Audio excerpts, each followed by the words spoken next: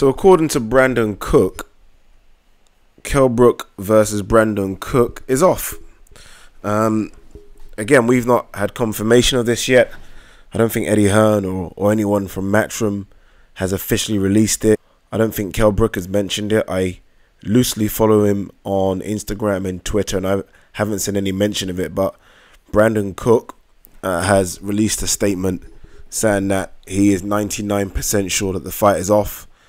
He complained that some of his followers, all 20 of them, had bought tickets to London and they're having to seek refunds.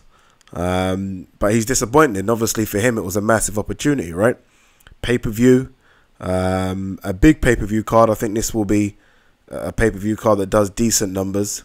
Not massive numbers, but decent numbers. And he had an opportunity to fight a big name in boxing, Kell Brook. And you never know. Cause the upset. Either way, win or lose, it would have been a massive profile building fight for him. So he's obviously upset. He's mentioned the possibility of Eddie Hearn giving him another opportunity, maybe on the undercard of Amir Khan's comeback fight in September. So upset and disappointment for him.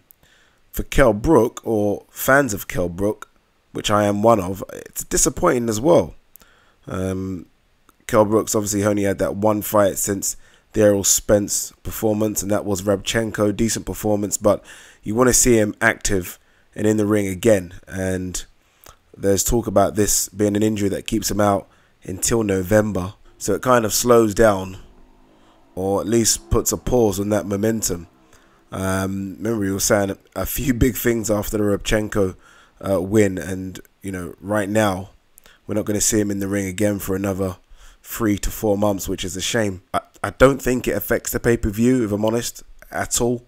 If you are going to buy the pay-per-view, it's going to be because of Chisora Takam or because of White Parker. It's not going to be because of Cook Brook.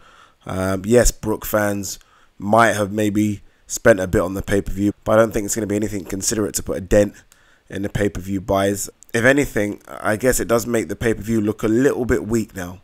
Kell Brook is a name. That's what he is. You know, he's known not just in the UK but worldwide. And now you look at the pay-per-view with Brook off the pay-per-view card. I mean, yes, you have Chisora Takam and obviously White Parker, but then what have you got? You got Conor Benn. I think you got Katie Taylor. We always talk about Matchroom and the size of their stable, and Eddie Hearn being one of the biggest promoters in the world. For me, Matchroom do what, 4 or 5 pay-per-view events a year. I think every one of them should be stacked. There should be no excuse, considering the stable he has, and he has a huge stable. There should be no excuse for a pay-per-view card not being stacked to the rafters. There shouldn't be. Pay-per-view cards, when you think about it, are your elite events, right? They're your first-class, top-level events. And for me, there's no excuse for your top-level events. Again, with the stable he has, and when you look at the stable, go onto Matchroom's website. There'll be some names on there that you might have even forgot because you've not seen them for a long time. But that stable is thick. So there should be no excuse. So when one falls off, it shouldn't really affect the pay-per-view, I don't think. That's my own thoughts anyway. With Kell Brook's injury, not sure. Not sure if it's a true injury. I mean, we'll find out in a few days. But I don't know. My conspiracy head always kind of goes overdrive when things like this happen, especially so close to a fight. It almost reminds me a bit of the Billy Joe Saunders pullouts, when no one really believes he's injured. You just feel like another option might be coming on the horizon, so he just wants to kind of swerve this one. And I feel this could be the same thing with Kell Brook. Maybe there is a 154-pound better option coming up, or maybe something else. And Brandon Cook just represents a kind of, I don't know, just a nothing fight for him. He doesn't get anything out of it apart from rounds. But yeah, that's the latest news. So Brandon Cook versus Kell Brook is off. Again, like I said, I don't think from a money perspective it affects the pay-per-view. But from a fan perspective, in terms of wanting to see big names, maybe it does. And hopefully Brandon Cook, who, I'll be honest with you, I didn't know too much about, hopefully he gets another opportunity. Again, this would have probably been his highest payday, probably.